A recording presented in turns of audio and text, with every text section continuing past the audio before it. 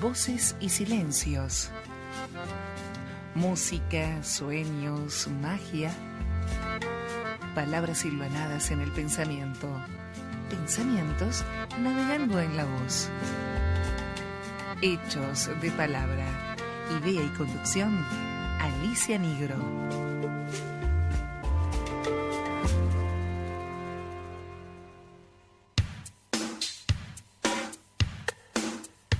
Radio Hermes también te escucha. Llámanos al 4305-3303 o deja tu mensaje al 11 56 47 2346. Compartí nuestros contenidos en redes. En Facebook nos encontrás como Radio Hermes Web, en Instagram como Radio Hermes y en Twitter como Radio-Hermes. Míranos en nuestro canal de YouTube, escuchanos en www.radiohermes.com y nuestra aplicación para dispositivos móviles. Radio Hermes, tu lugar de expresión y comunicación.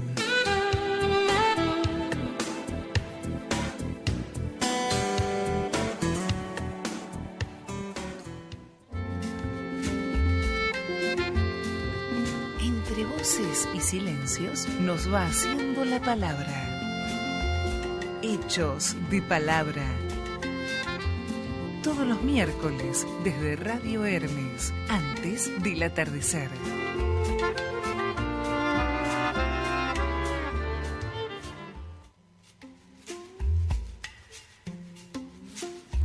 Buena mañana para todos. Aquí comienza Hechos de Palabra. Mi nombre es Alicia Nigro y te propongo que nos acompañes en los 90 minutos que ya se han iniciado. En la operación técnica y con su asesoramiento artístico técnico, Pablo Duarte nos pone al aire desde Radio Hermes hacia vos. Nosotros estamos aquí en el estudio de Radio Hermes y vos estás en algún punto de este infinito que habitamos, haciendo de la magia una realidad, porque este presente será nuestro presente cuando vos lo dispongas, vos elegís. Y podés optar por vernos directamente y escucharnos aquí en www.radiohermes.com. O tal vez lo difieras para otro momento, entonces tenés varias opciones. Nos podés ver y escuchar en el canal de Radio Hermes en YouTube. Y si no, nos tenés también en Twitch, en Spotify, en eBooks. Comunícate con nosotros, déjanos tus mensajes en el 11 56 47 23 46 o en el 4 305 3303. Nuestros correos electrónicos, que no existe, @yahoo.com.ar o radiohermesweb @gmail.com.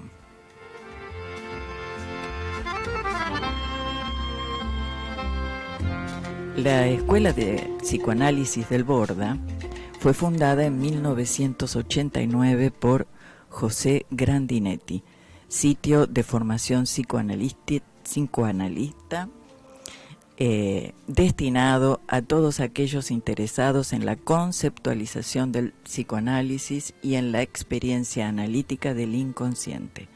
La Escuela de Psicoanálisis del Borda tiene entre sus rasgos singulares el hecho de haber sido fundada y de funcionar en una institución pública, como lo es el Hospital Borda, y en articulación con el Servicio de Psicología Clínica, Atención Psicoanalítica de las Crisis. En ella se llevan a cabo diversas actividades de formación en psicoanálisis y cuenta con la declaración de beneplácito 690-2018 de la Legislatura de la Ciudad de Buenos Aires. Hoy, sábado 17 de diciembre, la licenciada Alejandra Primi y la licenciada Ana Riquet, continuando con el ciclo de encuentros de programas especiales, un sábado por mes a las 11 horas, nos traen su columna Entre textos, entre texturas, urdimbres, un espacio de conversación atravesado por la pregunta, ¿por qué el psicoanálisis aún?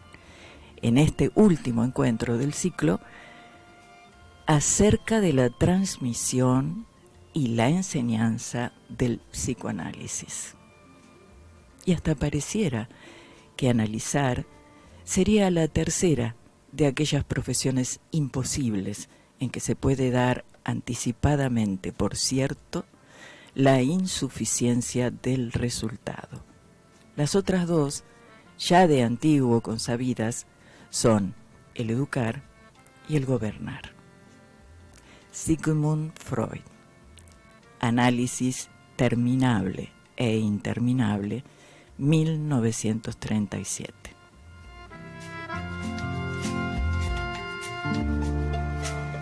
Alejandra Primi, licenciada en Psicología por la Universidad de Buenos Aires, psicoanalista, es analista miembro de la Escuela de Psicoanálisis del Borda. En la actualidad es miembro del cártel de dirección de la Escuela de Psicoanálisis del Borda. Ana Riquet, licenciada en Psicología, es psicóloga de planta en el Servicio de Psicología Clínica del Hospital Borda, docente universitaria en la Universidad Nacional de José C. Paz, psicoanalista miembro de la Escuela de Psicoanálisis del Borda.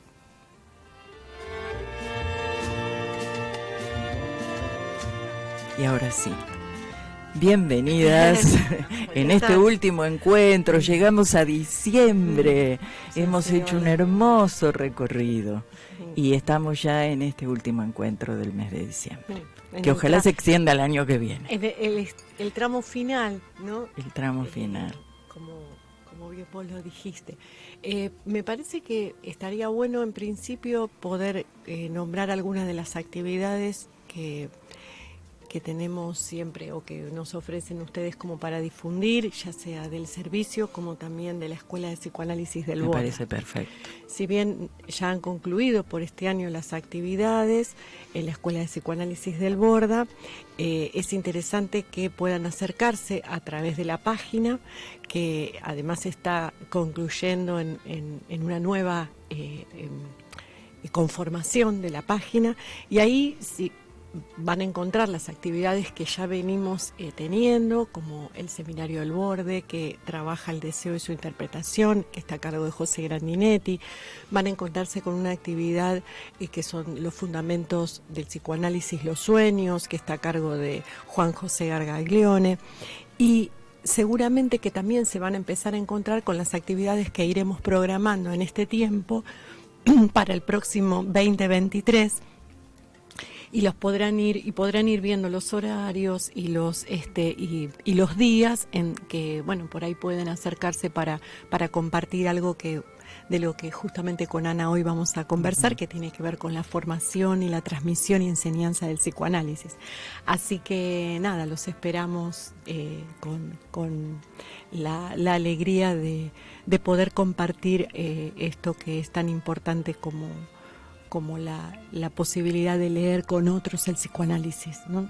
Perfecto, muy linda Además, invitación. se pueden dejar sus datos y se les enviará la información que vamos ya programando y proyectando en función de lo que es todo nuestro trabajo próximo para el año que viene. Claro, esto en relación a la escuela. Eso en relación a la escuela, sí. La página es de www.epborda.com.ar. Ahí tienen el recorrido de lo que ya nosotros hemos hecho en estos años y también la posibilidad de contactarse para recibir información de lo que va a por venir, ¿no? Claro. Como vos decías, Alicia, la escuela se encuentra en relación con una institución pública que es el Hospital Borda y en su articulación con un servicio de atención clínica, de atención psicoanalítica en las crisis, ¿no? Que está abierto a la comunidad, a todos aquellos que estén atravesando una situación de crisis. Y como decíamos y repetimos en esta oportunidad, una crisis es un acontecimiento singular, es decir, que cada uno puede definir lo que en ese momento es para esa singularidad una situación de crisis, algo que irrumpe de alguna manera produciendo angustia, malestar, destrozando ese proyecto de vida que a veces se tiene, ¿no? Esa cotidianeidad, y la idea es aprovechar esa situación, esa oportunidad que una crisis puede brindar para poder replantearse, nosotros decimos dignamente, algunos aspectos de su vida, ¿no? Entonces, esa es la oferta que tiene el servicio. Como te decía, la atención es abierta a la comunidad, es gratuita en función de que se desarrolla en un hospital que forma parte del sistema de salud del gobierno de la Ciudad de Buenos Aires, así que para aquellos que quieran hacer la consulta lo pueden hacer telefónicamente, ¿sí? Al 4360-6600, interno 401. 4360-6600, interno 401. Tenemos también el taller para familiares o allegados de personas con padecimiento mental, ¿no? Es decir, que también es una actividad que ofrece el servicio para aquellos que están cercanos en la convivencia, en alguna relación de parentesco o amistad con quienes están atravesando una situación de sufrimiento psíquico y que por lo tanto también requieren de ese acompañamiento, ¿sí? Para tener esa posibilidad de apertura y de acompañar tal vez de una manera diferente, ¿no? Y que sea en beneficio, y hablamos ahí de la salud mental, ¿no? Para aquel que tiene que cuidar como para aquel que está requiriendo de cierto soporte o cierto acompañamiento. Así que eso también es un taller que está abierto, y al mismo teléfono pueden solicitar información o inscribirse para participar. Perfecto. Esta es una oferta para todo el año.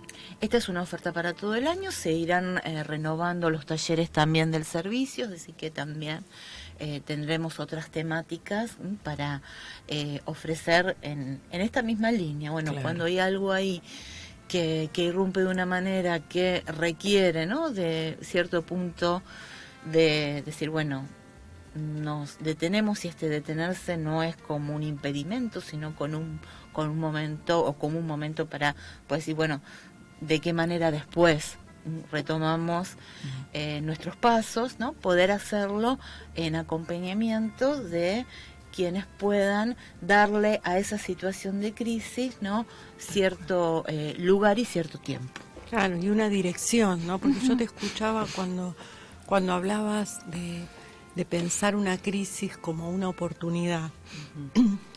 Esto que decías de tratarla dignamente, ¿no? Que es, en principio, tratarla y ponerla a hablar, ¿no? Porque en general lo que viene ocurriendo, lo que nos ocurre en este tiempo también muy ligado al capitalismo, es ese tiempo voraz, donde no hay posibilidad de pausa para ponerse a pensar si lo que estoy haciendo, lo que me está pasando, lo que me está atravesando, qué relación tiene con el deseo, ¿no? Exactamente, ¿no? De poder, por eso a veces y tenemos como que aclararlo, ¿no?, en este contexto, ¿no?, en donde una detención, ¿no?, es considerado como algo que no debe ocurrir, ¿no? Tenemos que tener carrera, marcha para adelante, ¿no? Y no tomarnos esos tiempos, hacer esos mojones en nuestra vida psíquica, en nuestra vida anímica, para poder después dar otros pasos, ¿no?, de otro modo, con otras advertencias, y esas cosas mínimas es lo que una escucha analítica posibilita y permite, que parece algo muy nimio en nuestra voracidad contemporánea, ¿no?, pero hace mucha diferencia en la vida. Hacia la contra, digamos, hacia la contra a esa a ese tiempo que parece una discontinuidad indiscriminada, porque el detenerse me parece que tiene que poder asociarse con la pausa, ¿no? Con esa pausa que es la única posibilidad de lectura. no se puede leer en la continuidad del tiempo, sino que se necesita esa pausa para leer qué está sucediendo, qué quiero de eso, qué me pasa y cómo puedo, qué puedo hacer con eso, ¿no? Esas preguntas que no las tendríamos oportunidad de que nos vuelvan si no es a través de la escucha del otro, ¿no? Sí, sí, en un dispositivo que nosotros llamamos de intervenciones psicoanalíticas. Y entonces ahora vamos a comenzar con el tema. Ya nos metemos en el... Y un poco creo que ya estamos, ¿no? Porque yo las escuchaba, excluye lo que tenemos como línea por ahí para conversar hoy. Claro, yo las escuchaba y escuchaba una descripción en los hechos de lo que en parte, supongo yo, hoy van a desarrollar, ¿no? Que tiene que ver con la formación, que tiene que ver con todo esto que van a abordar. Tiene que ver con el por qué y el para qué. La posición del analista, es decir, que en este dispositivo el analista tiene su posición, ¿no? Y eso hace a un trabajo del analista. Entonces vamos a conversar cómo ya desde Freud pensaba el hecho de la reunión entre quienes están ejerciendo el psicoanálisis, la reunión y bajo qué modalidad, porque Lacan nos viene a decir, bueno, no solamente es que los analistas no anden aislados, sino que se reúnan, que su formación sea a través de determinados modos, por ejemplo, lo que puede ser una escuela de psicoanálisis.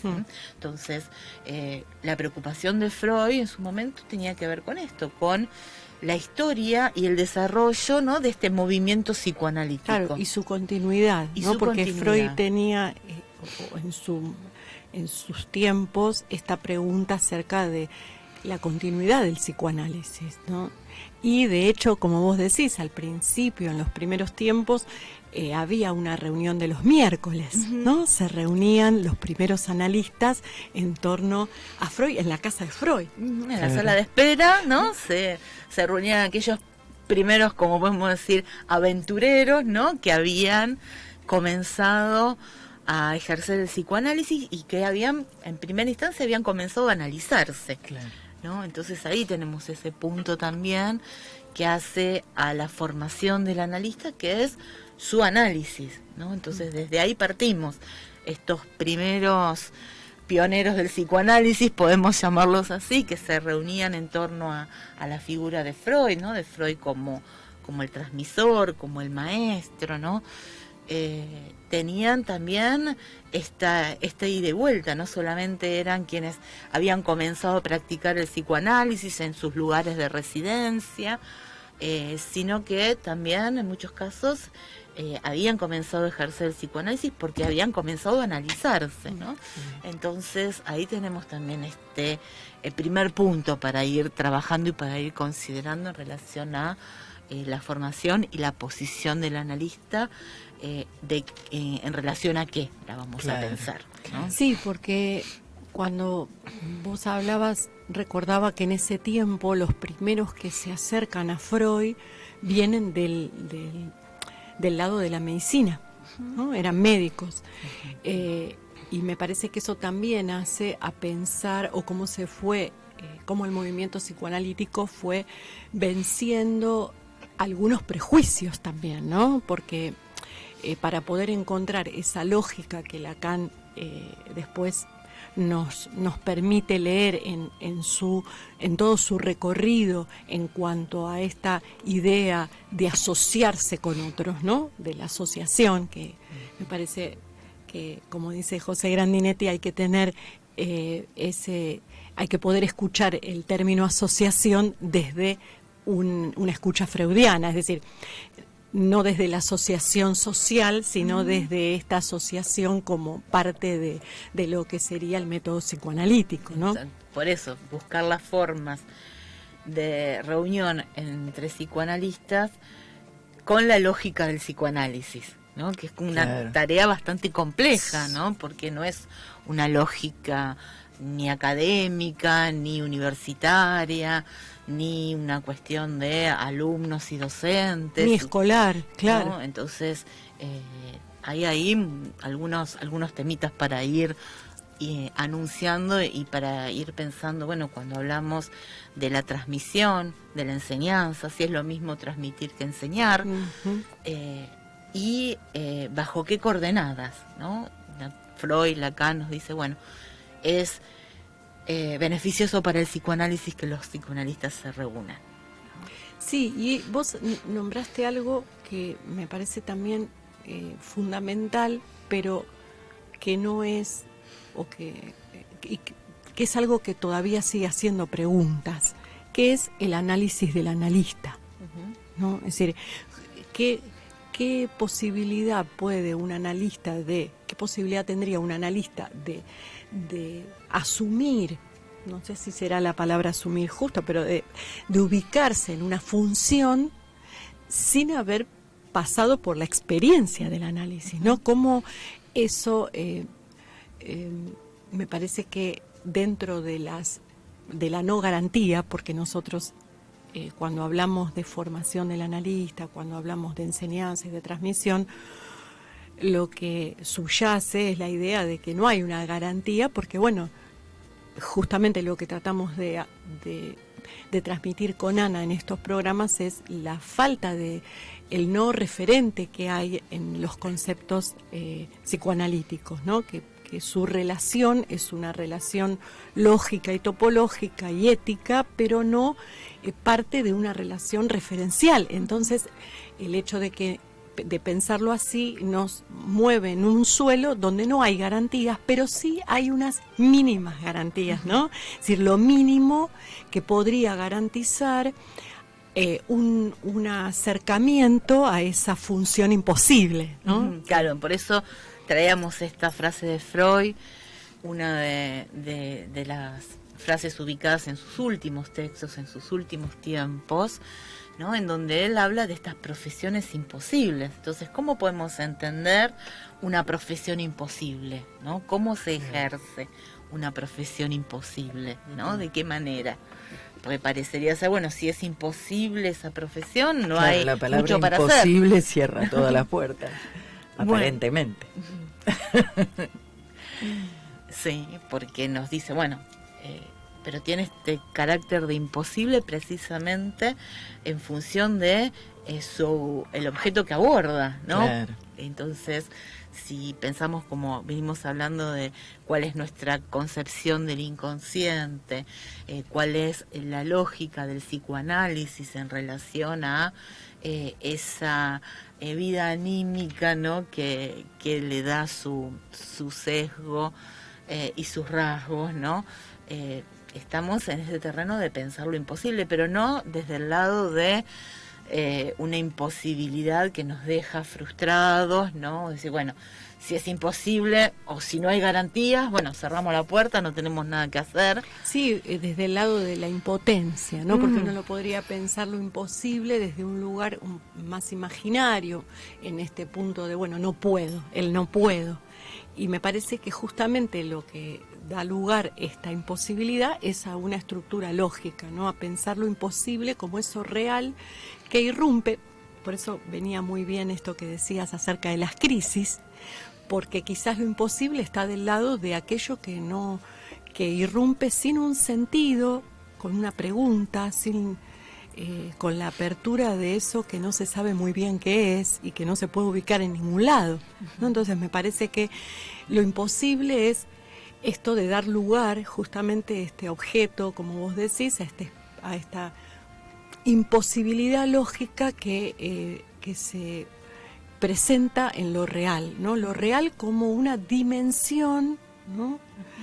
Como las dimensiones que Lacan veníamos nosotras intentando surcar o tejer entre textos, como la dimensión de lo imaginario, lo simbólico y lo real, como tres formas de encontrarnos con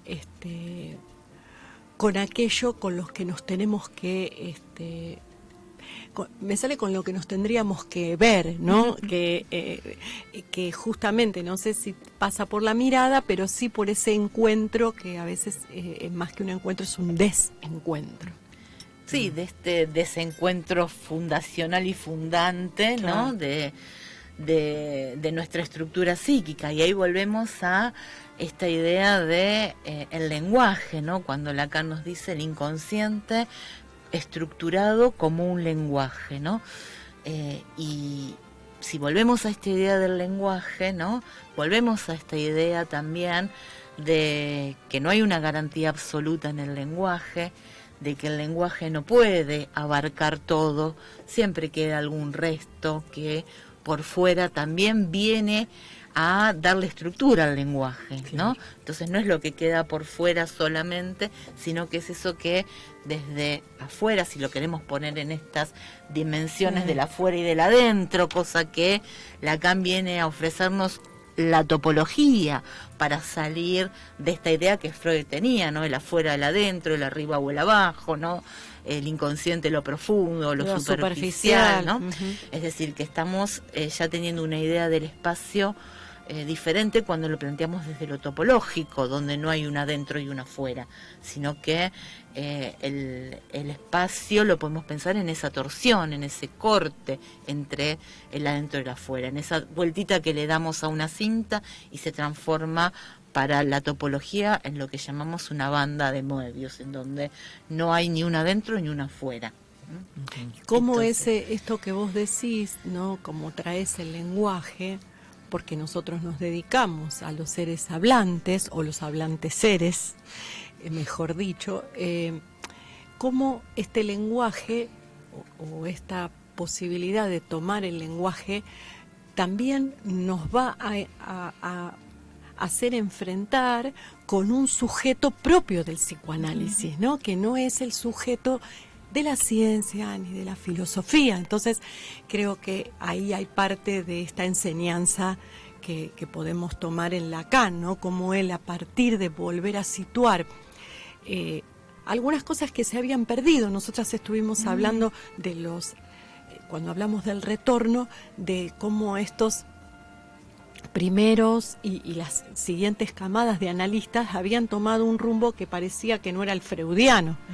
Y cómo Lacan, a partir de su enseñanza, bueno, acá ya podemos empezar a pensar el término enseñanza, la centra, ¿no? Centra la enseñanza en volver al lenguaje para poder darnos o para poder hacer escucharnos que el sujeto del psicoanálisis es un sujeto del lenguaje, ¿no? Que se había como perdido eso porque parecía que, bueno, aparecía... Se había olvidado la psicopatología de la vida cotidiana, la importancia de los sueños, ¿no? Es decir, de todos estos hechos de lenguaje, ¿no? Claro. Hechos de palabras, de tropiezos en las palabras, de tropiezos en los decires, ¿no? Los lapsus, las acciones o actos fallidos. Todo el trabajo freudiano decir, de todo los eso primeros tiempos, ¿no? Fue como menospreciado, ¿no? Porque era, bueno, el chiste, que no vayamos a cosas como más relevantes, ¿no? Claro. Si queremos tener este mote de psicoanalistas, ¿no? Y que hubo también toda esta confrontación de política, de rivalidades, ¿no? De diferentes... Digo, el psicoanálisis no queda exento de todas estas cuestiones, porque precisamente, ¿no? Tiene que abordar lo humano desde una posición lo más inhumana. Claro. ¿No? Porque la posición del analista es una posición inhumana, ¿no? Parece ser, bueno, entonces no le importa lo que le pasa a su analizante, no le interesa que el paciente esté sufriendo, ¿no? Es un inhumano, no. Precisamente puede abordar y puede escuchar esas pasiones del ser, ¿no? De este ser hablante, como decía Alejandra, desde esa posición de despojarse de cualquier sentido, de cualquier aspecto de humanidad, ¿no? Entonces por eso también hablamos de esta profesión imposible, ¿no? En el sentido de que hace a todo este trabajo que el analista tiene que hacer, ¿sí? Para ubicarse en relación a lo que Lacan llamó el deseo del analista, no lo que desea el analista, sino una posición, un lugar lógico, una función, función, ¿sí? Que habla de este deseo del analista, ¿sí? Precisamente este deseo tiene que ver con este de ser, deshacerse, ¿no? De todas sus pasiones. Qué gráfico esto último, de ser. Sí, porque es esto que se plantea como una posición lógica no es sin, en principio, estas tres patas, ¿no? El análisis propio, el encuentro en las asociaciones con otros analistas, para poder justamente compartir lo imposible, ¿no? Porque eso también es algo que por ahí también marca lo que es una asociación con otros, ¿no? Es este punto de no saber y la austeridad del analista en el sentido del saber, ¿no? Este saber que se pierde cada vez, digamos, porque hay todo un movimiento que es lo que se puede llegar a poner en funcionamiento en una asociación. Y el análisis que se llama de control o supervisión, bueno, que es la posibilidad de encontrarse de alguna manera leyendo aquello que pasó entre el analizante y el analista, leyendo y pudiendo hablarlo con otro, ¿no? Digamos que es todo un tema, un engranaje que se va armando como tercer pata, podríamos decir, como mínimas garantías, siempre sabiendo que estamos, que está la posibilidad de que algo de todo esas pasiones y esas cuestiones propias se puedan aparecer o puedan irrumpir, ¿no? Digamos, la fantasmática del analista pueda, no es algo que de lo que no estemos ahí se ve con claridad la imposibilidad de hacer una garantía. Claro, es un poco lo que quería explicar, ¿no? Porque si no, parecería siempre que decimos imposibilidad, pero bueno, si tenemos estas tres patas, entonces ya lo imposible... Quedémonos tranquilos, que acá no pasó nada, pero no es así. Justamente este trabajo, como decía Ana, no garantiza, pero permite hacer algo cuando algo de esto irrumpe o sucede, claro, en una dirección de una cura. Claro. ¿No? Es estar advertidos de que algo de eso puede suceder y tener formas de poder hacer con eso, ¿no? Claro. Sí, por eso esto, como decía Alejandra, no garantiza, no dice, bueno, si el analista se analiza, si se asocia con otros analistas, si tiene su espacio de control de su práctica, estaría en condiciones de como cierta, estaría ahí, listo, salidito del horno, claro, ¿no? Ahí no hay ningún elemento, puede entrar al quirófano tranquilo, no hay ningún elemento contaminante, ¿no?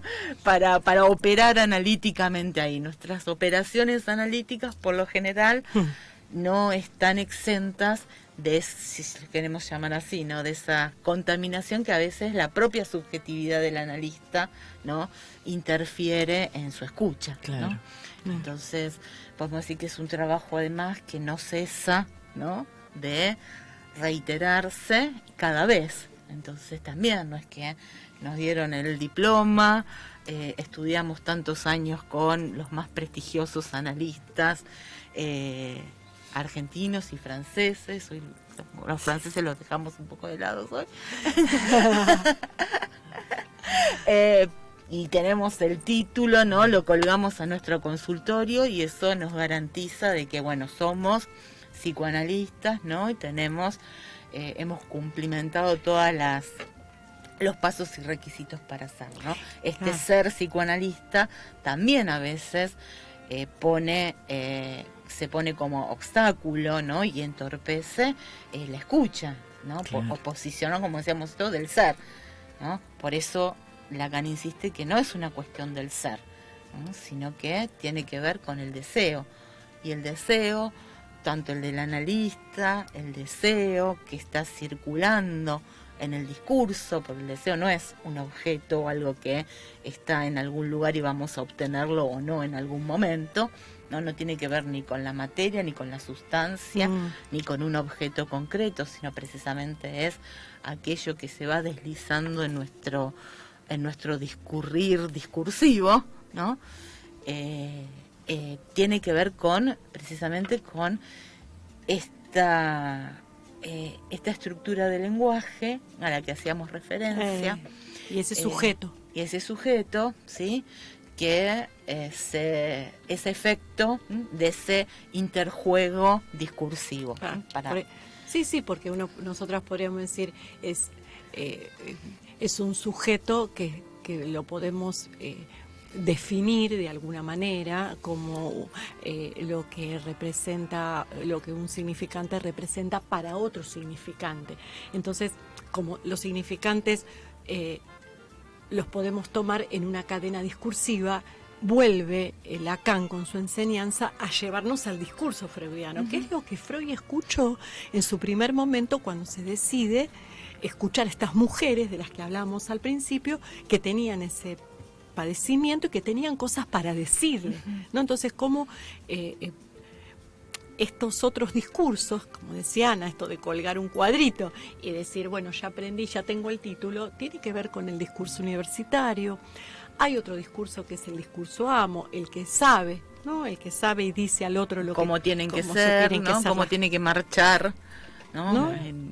Y hay un discurso analítico, por lo menos es el que estamos intentando despacito desplegar, que es este discurso analítico donde, bueno, de lo que se trata es en un primer momento de dar lugar a la verdad, pero en una disyunción con el saber. Claro. Entonces no se trata de un saber absoluto que de una verdad, ¿no? Que el analista tiene guardado y que en algún momento la va a sacar, generosamente se la va a dar, ¿no? Al analizante, ¿no?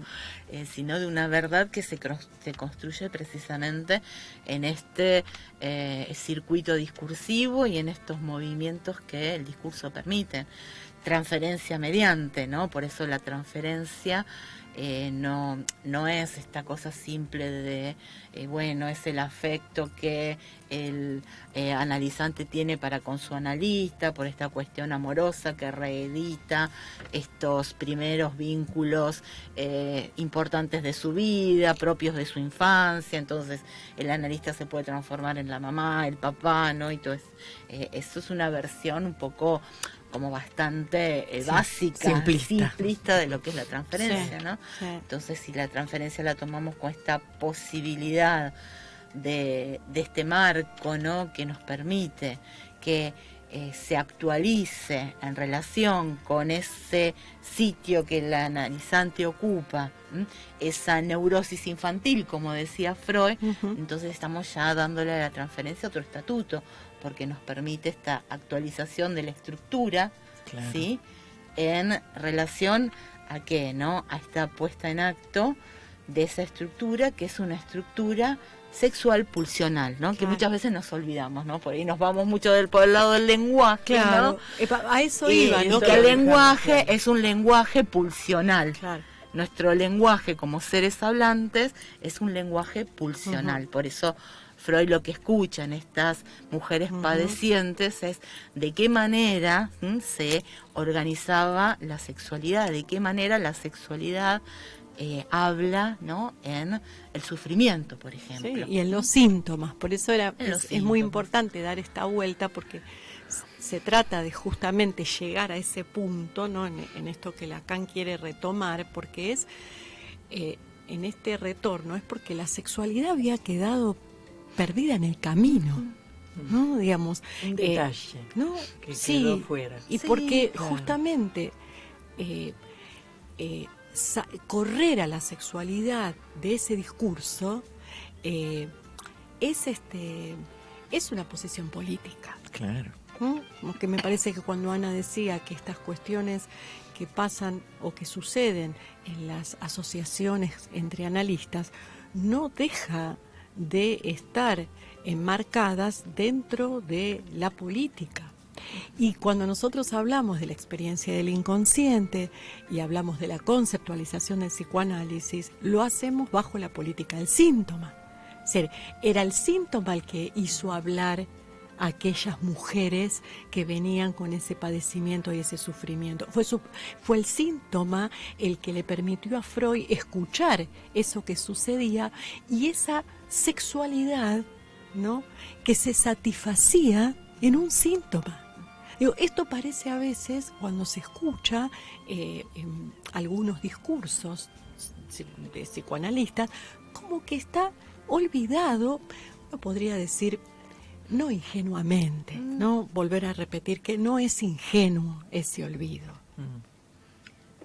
Sí, que es, digamos, podemos decir esta insistencia, ¿no? Que y por el otro lado esta resistencia, ¿no? Que no viene de los analistas, ¿no? Porque siempre la resistencia era del analizante, ¿no? Era el pobre que se resistía y por lo tanto no avanzaban sus tratamientos y demás. Y Lacan nos dice, bueno, la resistencia del analista en tanto en qué, en tanto y en cuanto su sordera, su ser, su humanidad, impide situar allí qué sexualidad se está poniendo en juego en el discurso de ese analizante, ¿no? Entonces, ahí también convoca Lacan, ubica al analista en este banquillo, ¿no?, como dice, para poder dar cuenta de cuáles son sus movimientos ahí en la transferencia, ¿no? Y cómo desde ese lugar interpelar ese goce, ¿no? El goce del otro que viene a decirnos, porque nos lo dice en el dispositivo, y escuchar ese goce que podemos ya plantearlo en un más allá del principio del placer, como nosotras estuvimos trabajando, que la sexualidad y tiene un más allá del placer, en ese goce de seguir dando vueltas sobre ese malestar y no querer salir de ahí. ¿Les parece que en este punto hagamos una pausa musical? Así es. Sí, por favor. Sí. Fuimos a una carrera, ¿no? Porque ya llegamos. Es impresionante cómo pasa el tiempo y cómo pasa rápido y es relativo. Sí. Porque está tan interesante esto que estamos escuchando que nos pasamos un poquito. Bueno, es que empezamos ahí a hilar nosotros, claro, y armamos todo este tejido. Y entonces, mis disculpas a la operación técnica, vamos a escuchar un tema musical bellísimo de Juan Falú, interpretado por Juan Falú, Andrés Pilar, Como el aire.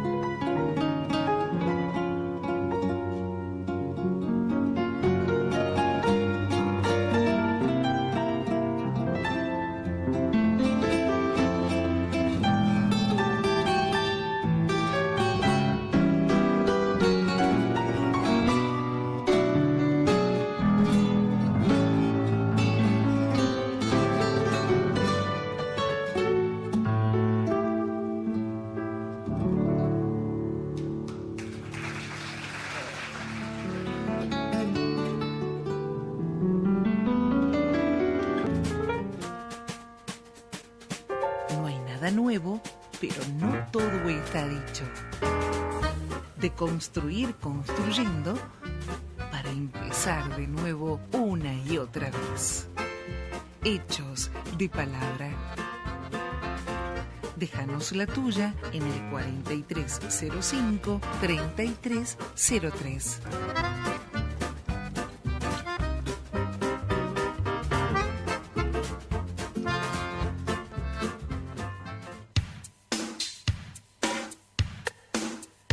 Radio Hermes también te escucha. Llámanos al 4305-3303 o deja tu mensaje al 11 56 47 2346. Compartí nuestros contenidos en redes. En Facebook nos encontrás como Radio Hermes Web, en Instagram como Radio Hermes y en Twitter como Radio-Hermes. Míranos en nuestro canal de YouTube, escuchanos en www.radiohermes.com y nuestra aplicación para dispositivos móviles. Radio Hermes, tu lugar de expresión y comunicación.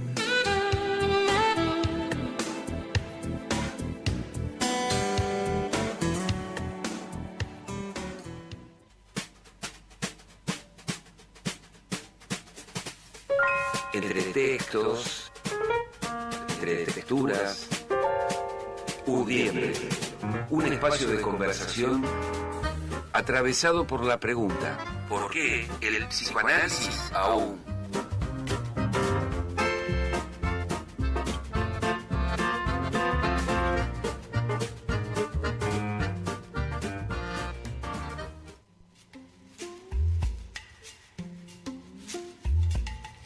Es las 11:55. Esto es Hechos de Palabra. Estamos en compañía de las licenciadas Alejandra Primi y Ana Riquet en el desarrollo del último encuentro de esta hermosa columna que vinimos disfrutando mes a mes, cada sábado a las 11 de la mañana, entre textos, texturas, urdimbres. Un espacio de conversación atravesado por la pregunta: ¿por qué el psicoanálisis aún? En este último encuentro del ciclo acerca de la transmisión y la enseñanza del psicoanálisis.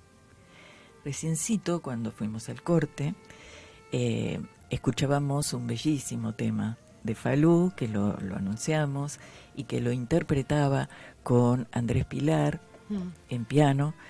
Maravilloso tema. Y pregunto, no voy a decir el nombre del tema, ¿por qué ese tema, Alejandra? ¿Por qué ese tema, Ana? Y un poco pensamos, en principio es una samba hermosísima, Sí, una composición bellísima, muy bella. Y también me parece que hay como dos cuestiones que se plantean en ese tema. Una, que es un tema que un maestro, porque Juan Falú es un maestro en el sentido de que es una persona que enseña y que transmite el arte del instrumento de la guitarra y también de la composición musical, ¿no? De los arreglos y las improvisaciones. Es un tema que le hace a un alumno. Claro. ¿No? A lo que podríamos pensar entre maestro y alumno en esta situación, no del alumno como esa idea de alguien sin luz, que a veces etimológicamente se plantea la cuestión, sino como esta posibilidad de transmitir algo a alguien y además tomarlo como parte de eso que se quiere transmitir, ¿no? Porque justamente es un tema que se le dedica, se le arma, se le hace a un alumno, ¿no? Y me parece que esto es algo muy interesante para pensar también la transmisión en cuanto a no una cuestión jerárquica, Claro. ¿no? Algo jerárquico, por eso decía, no a esta cuestión etimológica del alumno y el maestro, sino a esta posibilidad de como lo dice el tema, que sería la segunda, el segundo sentido que pudimos encontrar o que podemos ubicar, que es como el aire, se llama la samba. Y como el aire tiene esta connotación también en cuanto a lo que es una transmisión, ¿no? Uh-huh. Esto que como el aire se pierde, ¿no? Pero que se puede retomar desde algún lugar. Es algo que se da en este sentido, lo podríamos decir musical, pero que se retoma desde algún lugar. Algo de eso que se pierde resuena, ¿no? En quien lo escucha. Parece que esas pequeñas cosas, pequeños elementos que nos da la música nos pueden servir para pensar algo de la transmisión del psicoanálisis. Uh-huh. Sí, perfecto. Por ahí es interesante agregar que es una versión en donde no hay palabras, ¿no? Y entonces pensé, bueno, ¿qué transmitimos? ¿No? Digo, ¿cuánto transmite este lenguaje musical, que también es un lenguaje, ¿no?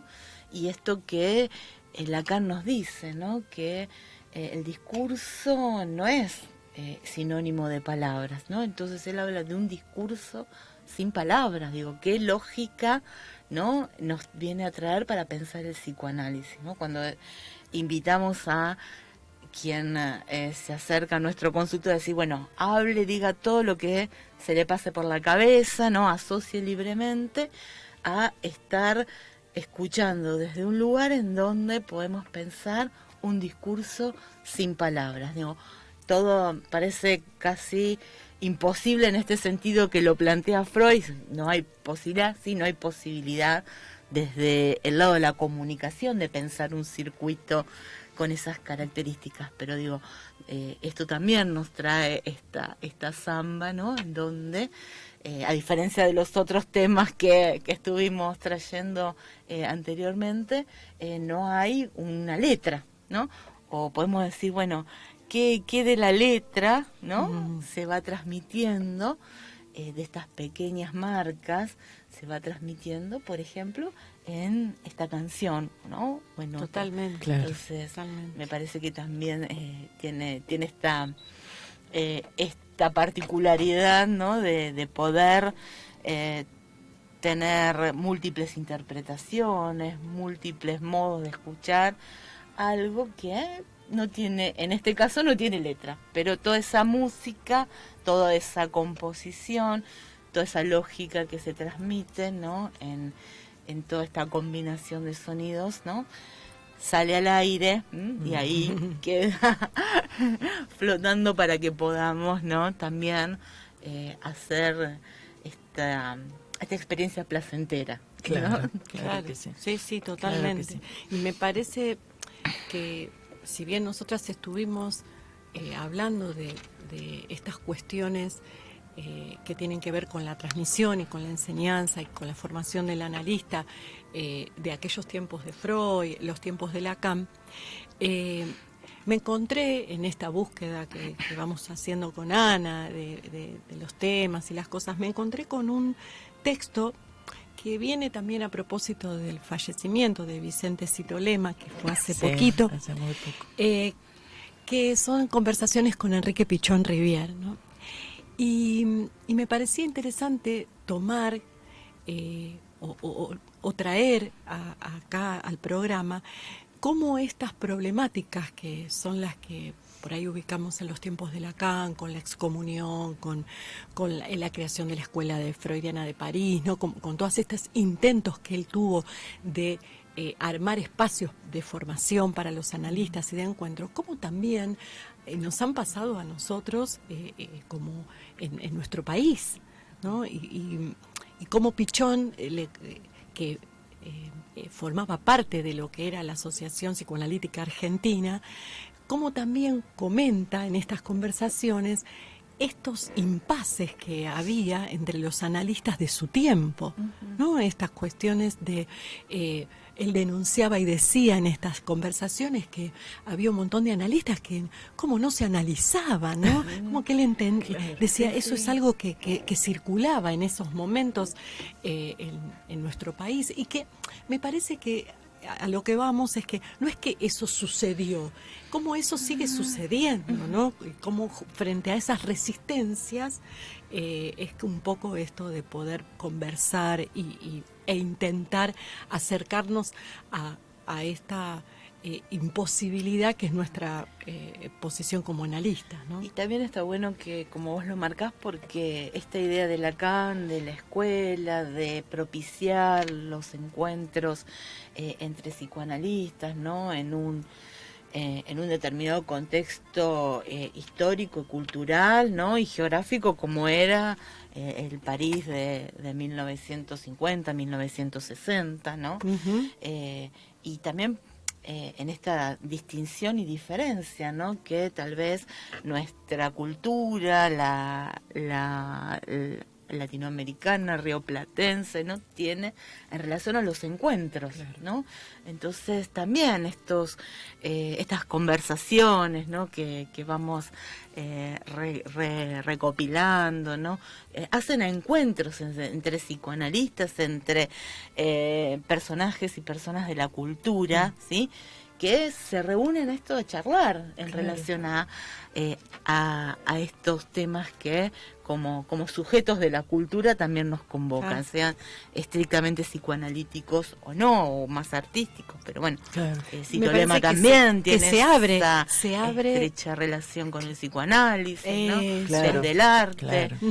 Sobre todo en la literatura y en la música, están muy vinculados. Es muy interesante pensar todo, estas asociaciones con analistas y con no analistas, claro. ¿no? Porque me parece que ahí también se abre un campo, como vos lo decís, un campo cultural y un campo de discusiones, ¿no? Donde es posible también interrogar al psicoanálisis.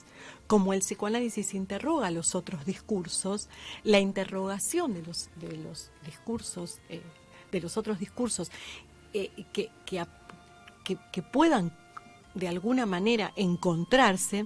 Un compañero nuestro de la escuela me decía que le parecía en el programa en nuestro programa que faltaba alguna voz disidente, ¿no? Que era que estábamos, ¿no? Y que faltaba como una voz disidente. Bueno, que la temporada que viene lo hacemos. Qué buena idea. El abogado del diablo. Qué buena idea, me encanta. Pero me pareció muy interesante esta posición para poder escuchar esto que justamente trae Ana, ¿no? Y que traemos con, en este caso con, Citolema, pero cuántos otros personajes de la cultura, Piglia, ¿no? Por ejemplo, cuánto ha ofrecido al psicoanálisis, a pensar el psicoanálisis y a pensar la literatura y el psicoanálisis, sin porque también teníamos estas dos cuestiones, ¿no? ¿Puedo? Sí. Una oración, sí, dale, que dale, justo un texto de Lacan que habla de la enseñanza, ¿no? Y que habla de los psicoanalistas y del sujeto para el psicoanálisis. Y nos dice esto: lo mínimo sería que los psicoanalistas se dieran cuenta que son poetas. Así, justo lo tenía acá abierto y viene a esto, ¿no? No que los poetas no sean psicoanalistas, sino que cuál es la relación, no por eso que se tengan que poner a escribir poesía, ¿no? Claro, pero la relación con la poética, con esa poiesis de la que nos hablaba Aristóteles, ¿no? Totalmente. Esa es la relación del psicoanalista en tanto sujeto de la cultura también, Claro, ¿no? claro. Por eso decíamos, no es... Justamente el arte expresa al hombre, o el hombre se expresa a través del arte, es otro lenguaje, ¿no es cierto? Y no deja Y aporta, de ser el arte eso que resta de esa que a veces producción, la palabra ¿no? se escapa, pero ahí el arte es emoción para quien está observándolo y para quien lo hace. Entonces hay cosas que a veces se podrán escapar de la palabra, pero está el arte ahí. Sí, y está el arte en tanto esa producción, Claro. aquello que resta, que queda, ¿no? De todo ese proceso que hace el artista, como puede ser su Claro. obra, lo que escribe, lo que pinta, y también desligarse, ¿no? Dejarlo ir, ¿no? Que a veces cuesta tanto, ¿no? El psicoanálisis tiene que ver también con esto, ¿no? Como cómo se hace todo ese trabajo, ¿sí? Para que se vayan declinando esos objetos que a veces son tan valiosos para nuestro psiquismo, porque condensan todo este goce, ¿no? Del que Claro. en tanto pulsional nos cuesta desprendernos, Sí, ¿no? sí. Entonces el arte tiene que ver con esto, con el objeto que se produce ahí, ¿no? Qué relación entre el artista y su objeto, cómo se pierde, cómo se trabaja, cómo se declina. Ujú. Esta declinación que decís, ¿no? Declinación, pérdida, poder pasar por esos puntos, ¿no? Esto que yo hablaba de la austeridad del analista, ¿no? Como la austeridad en el sentido de poder perder cada vez, ¿no? Que a veces, bueno, tiene que ver con esto que decías en un principio, también con ciertas diferencias narcisistas que a veces en las asociaciones o en las instituciones que tienen esta impronta o que van en busca de la transmisión y de la enseñanza del psicoanálisis, no están exentas de esos pequeños narcisismos o narcisismos de las pequeñas diferencias, que a veces también obstaculizan la enseñanza y la transmisión, ¿no? Que son obstáculos y que me parece que una asociación analítica tendría que tener siempre estos espacios donde poder leer sus propios síntomas para hacer algo con eso, en la dirección de poder transmitir y poder enseñar el psicoanálisis. Digo que a veces eso queda como soslayado y no... Fue el intento de Lacan y vale decir que fracasó, digo, como era esperado que ocurriera, ¿no? Lacan, al pensar un modo de asociación en psicoanálisis bajo lo que él llamó escuela, ¿no? Planteaba esto que Alejandra dice, bueno, cómo encontrar ahí estas referencias para interrogar su práctica, para encontrarse con otros, y que estos encuentros no sean obstáculos narcisistas, sino que faciliten ahí la experiencia o la conceptualización del psicoanálisis, ¿no? Entonces, cómo pensar la idea de agruparse, de grupo, ¿no? Él propone algo que llama cártel, como un modo de organización que precisamente tienda o vaya en contra de estos efectos de grupalidad, ¿no? De, hasta podemos decir, de masa, aunque sean 4 o 5 los que se reúnan, ¿no? Entonces, esas identificaciones narcisistas que generalmente suceden en los grupos, como es cierto esto que vos decís, ¿no? ¿Cuántos intentos Lacan en toda su trayectoria, en todo su recorrido, siempre un intento más para ver qué se podía hacer, aunque aparece el fracaso, el fallido, porque me parece que también en esto hay que tener muy claro que va a ser fallido, es decir, que el malestar va a estar, que no sea fallidamente. Claro, me parece que eso también es un punto que cuesta mucho a veces entender, por eso algunas instituciones se transforman con cierta religiosidad en un espacio cerrado, ¿no? Para no querer saber nada de ese malestar. Son formas de resistir a un malestar que es el malestar en la cultura, ¿no? Del que Freud venía diciendo, de ese malestar no nos vamos a salvar. Pero sí me parece que la posibilidad de asociarnos con otro nos va, creo que abriendo a la posibilidad de nuevas configuraciones a la hora de encontrarnos por ahí en alguna encrucijada, ¿no? De estas. Sí, y renovar esta pregunta de inicio con la que nosotros venimos marcando y sesgando estos encuentros, ¿no? De pensar cada vez en los encuentros con otros el psicoanálisis aún, ¿no? Y qué respondernos, ¿no? Frente a esa pregunta, ¿no? Eso hace también a reunirse con otros psicoanalistas, que como Lacan plantea, y él siempre se posiciona desde este lugar. Él cuando le habla a su auditorio, que son también psicoanalistas, él siempre se posiciona desde un lugar de analizante, ¿no? Es el lugar del analizante. Entonces, pensarnos también en nuestros encuentros con otros, en nuestros espacios de formación, en esto que hablamos siempre, bueno, la escuela cuenta con espacios para formación que trabajan con distintos temas, con distintas temáticas o intereses, ¿no? No deja de ser o no deja de tener esa intención, ¿no? De poder encontrarse con otros desde esa posición de analizantes, no de analistas, no cada uno, como decíamos, con su título o su uniforme de analista, sino desde esa posición de analizante. Esa es la posición del analizante, ¿no? Que no deja de marcar que ese analista mantiene su posición de analizante en relación a estar en disposición a este no saber.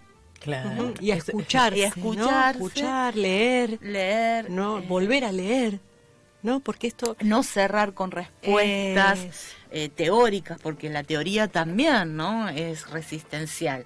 Muchas veces cuando algo se instala como pregunta, intentamos encontrar inmediatamente la respuesta. Lacan lo dice en tal lugar, Freud lo dijo en tal otro.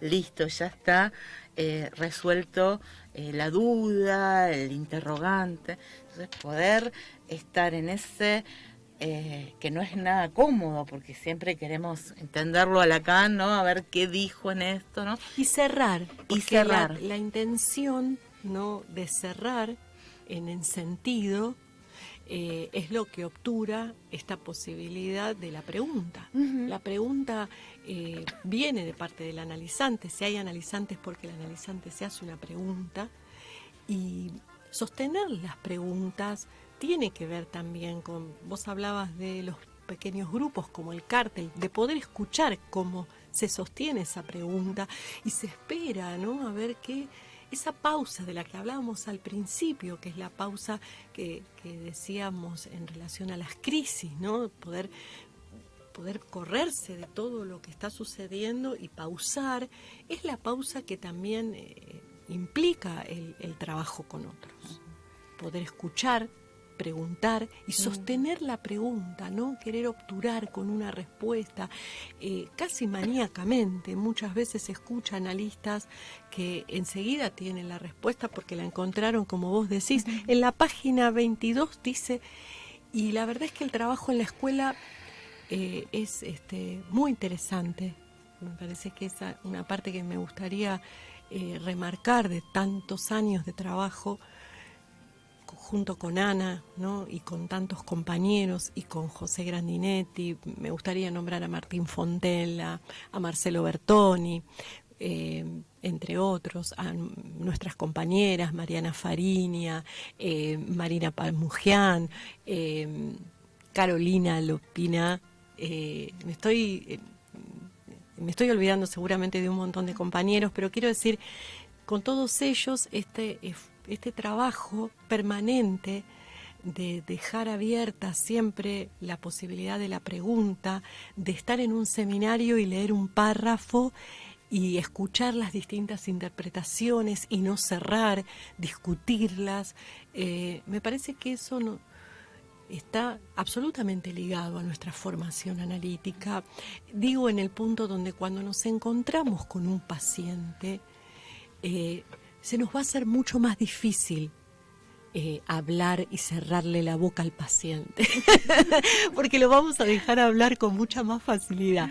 Por ahí parece algo muy nimio lo que digo, pero es un ejercicio. El pausar, el saber escuchar, el entender que el saber no está ni en uno ni en otro, que es algo que se produce, si se puede escuchar y se da el espacio para que ese saber se produzca, ¿no? Sí, que Tan importante también, más allá de los analistas, para sí, la vida. exactamente, ¿no? Porque, Porque esto no es, si las personas no pudiéramos es exclusivo, ¿no? detenernos un poquito, escuchar, por eso respetar al otro, es eso, me parece. sí, estamos en unos tiempos en donde ese darle lugar a otra lógica del tiempo es bastante difícil, ¿no? Y a poder dejar estos intersticios en donde seguramente algo ahí se va a producir, y que eso que se produce ahí sirve para quienes están en torno a eso, les sirve al psicoanálisis, ¿no? Por eso reiteramos esto, ¿no? El psicoanálisis aún, porque todavía hay mucho para decir de psicoanálisis. Psicoanálisis no es, como se lo pretende, algo agotado, algo cerrado, algo que ya pasó. Cada lectura nos abre un montón de vías, de distintos modos de abordar un texto, ¿no? Entonces ahí volvemos otra vez al texto, ¿no? Nosotros tenemos esta cosa con los textos que a veces, bueno, lo dejan, ¿no? O con la lectura, porque es un trabajo, un ejercicio de lectura, más que de lectura, de leer entre líneas, ¿no? Y ese es el trabajo también del analista cuando escucha a un analizante, ¿no? Esa posibilidad de lectura, que por eso mismo los espacios de formación no dejan de tener la misma lógica que tiene, ¿no? el dispositivo analítico, el psicoanálisis, ¿no? En eso me parece que Freud insistió desde sus comienzos hasta su último escrito, ¿no? Y por eso pensó en los dispositivos que le venían bien al psicoanálisis, eran aquellos que podían sostener la lógica del psicoanálisis, ¿no? Entonces, tanto en lo que es el dispositivo estrictamente del análisis, como en que es el modo de, por ejemplo, encontrarse con otros psicoanalistas para pensar la formación del analista, la transmisión y la enseñanza. Sí, tener en cuenta también, ¿no? Si bien nosotras estuvimos tomando este texto que Ana leyó, que justamente se llama Mi enseñanza de Lacan, poder también poder ubicar como diferencia la transmisión, ¿no? Eso que no se puede tener en cuenta, digamos, o que sale de cierta lógica del sentido, ¿no? Porque me parece que hay algo ahí en esto de cuando se dice, cuando se toma la palabra, cuando un analista toma la palabra, esta posibilidad de la transmisión está siempre presente, digamos, hay una presencia de la transmisión que puede ser posible ahí. Y me parece que en ese punto también pensar que esto no es sin el deseo de que se transmita, ¿no? y que ese deseo está en relación a un trabajo y a una lógica, que si bien es Lacan el que pone digamos, que puede armar esa lógica, es una lógica de una praxis, ¿no? Que es la nuestra, ¿no? Y cuando decimos praxis, también ubicamos ahí esta diferencia entre pensar la teoría y la práctica, ¿no? Como quizás se piensa desde la teoría del conocimiento, porque está atravesada por una ética, ¿no? Entonces me parece que ese mismo, transmitir algo de esto, eso creo que es la base de poder ubicar el discurso analítico en un lugar distinto. A veces la palabra distinto no lo representa, pero en un lugar de interpelación, de interrogación a los otros discursos, de diferencia, totalmente de diferencia, ya que hablábamos de la sexualidad. De las diferencias, ¿no? De las diferencias. Sumamente interesante, y yo vengo acá con mi voz a decir que ya estamos muy cerca del final del programa. Me gustaría saber si ya ¿Quieren redondear? ¿Quedó algo por decir? No, que siempre la idea es que queden cosas abiertas. Bueno, Sí. Redondear no vamos a bueno, que- no redondeen. Que bueno, por ahí entonces. hoy trajimos varias Sí. líneas de Sumamente, pensamiento, varias temáticas, ¿no? Varias Sumamente cuestiones. interesante todo Pero lo que han se nos van traído. armando también Pero así. ustedes, no sé, por ahí, mi posibilidad de público, yo estuve relacionando todo lo mejor que pude, aquello que pude rescatar de cada uno de los encuentros en este final. Me parece maravilloso. En nombre de la radio no quiero dejar pasar esto de agradecerles que estén aquí, y en nombre de Hechos de Palabra, por supuesto, porque es un honor que estén en Hechos de Palabra, la Escuela de Psicoanálisis del Borda, con ustedes. Estas puertas están abiertas para ustedes, para lo que ustedes deseen.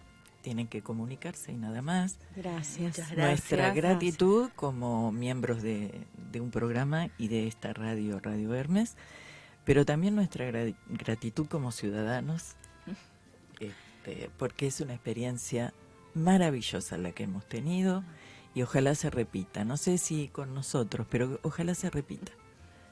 Que no se quede acá, que esto continúe y que también quede abierto. Sí, se repite, digo, pues también esto que nosotros traemos acá o cada vez, ¿no? Es el resultado de nuestro trabajo y de, como decía Alejandra, y del estar con otros. Claro, que hoy no están acá sentados, pero están. Sí, que no los nombré a No los todos, ni nombrás, a son Juan, los ni que- a los- Élida. Bueno, me quedaron un montón, Los que disculpen. pasaron, los Los que no están. los que no están, Ujú. ¿no? Y recordamos siempre a nuestra amiga Genial. entrañable, Sí, sí. que la reconocemos en nuestros dichos, ¿no? Como reconocemos en lo que decimos aquellos que son significativos en ese sentido de que vamos transitando este camino que es el de preguntarnos una y otra vez, ¿no? Claro. ¿Qué es el psicoanálisis y por qué el psicoanálisis? Entonces Y también el psicoanálisis aún. ¿no? No, podemos decir que venimos con esos trazos también de nuestras experiencias con otros psicoanalistas. No sería posible si no fuera de esa si forma. no fuera de esa claro. forma. Creo que eso que reconoce Ana y que, bueno, me olvidé de un montón de compañeros, todos están presentes cada vez que estamos acá. Me parece que esa también es parte de la lógica que queremos transmitir, ¿no? Que se trata justamente de lo que se puede hacer con otros, a pesar de la imposibilidad y del desencuentro como estructura, ¿no? Claro que sí. Les quiero contar que, bueno, ya en diciembre Hechos de Palabra hace un receso, pero tenemos por costumbre que durante enero vamos a repetir programas, los que salen los días miércoles a las 16, pero también vamos a repetir los días sábados a las 11 de la mañana, Así que no. un sábado por mes, cada uno de los encuentros que hemos qué lindo. tenido lindo. con ustedes, porque nos parece que esta difusión es muy importante. Así que bueno, muchas Bueno, gracias no, por gracias. haber estado aquí. Muchas gracias por la hospitalidad, por alojarnos y con hospitalidad, ¿no? Lo hablamos en este sentido de darle lugar al extranjero, ¿no? Como es la hospitalidad, a abrir las puertas, ¿no? Y ya no son extranjeros. Ya no, abrir las puertas de la casa al caminante que estaba haciendo su camino, ¿no? Bueno, muchas gracias. Gracias a Pablo Duarte, que nos pone También. al aire, nos asesora artística y técnicamente. Gracias a vos que estás allí escuchándonos. Y bueno, nos vamos a encontrar, como ya dije, esta vez la magia la vamos a hacer nosotros, vamos a poner al aire nuevamente los programas especiales de este ciclo. Y para quienes nos siguen los días miércoles, bueno, hasta el miércoles, que es el anteúltimo programa de este año. Es increíble, ¿eh? que ya estamos a fin de año. Felicidades para ustedes Igualmente. y para sus Igualmente. familias y para sus compañeros en la escuela. Muchas gracias, igualmente. Hasta el miércoles próximo.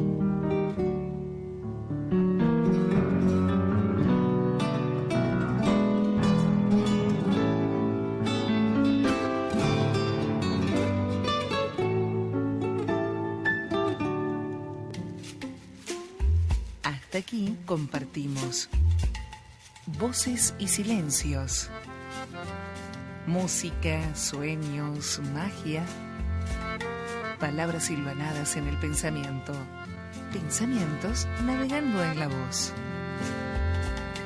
Hechos de palabra. Idea y conducción, Alicia Nigro.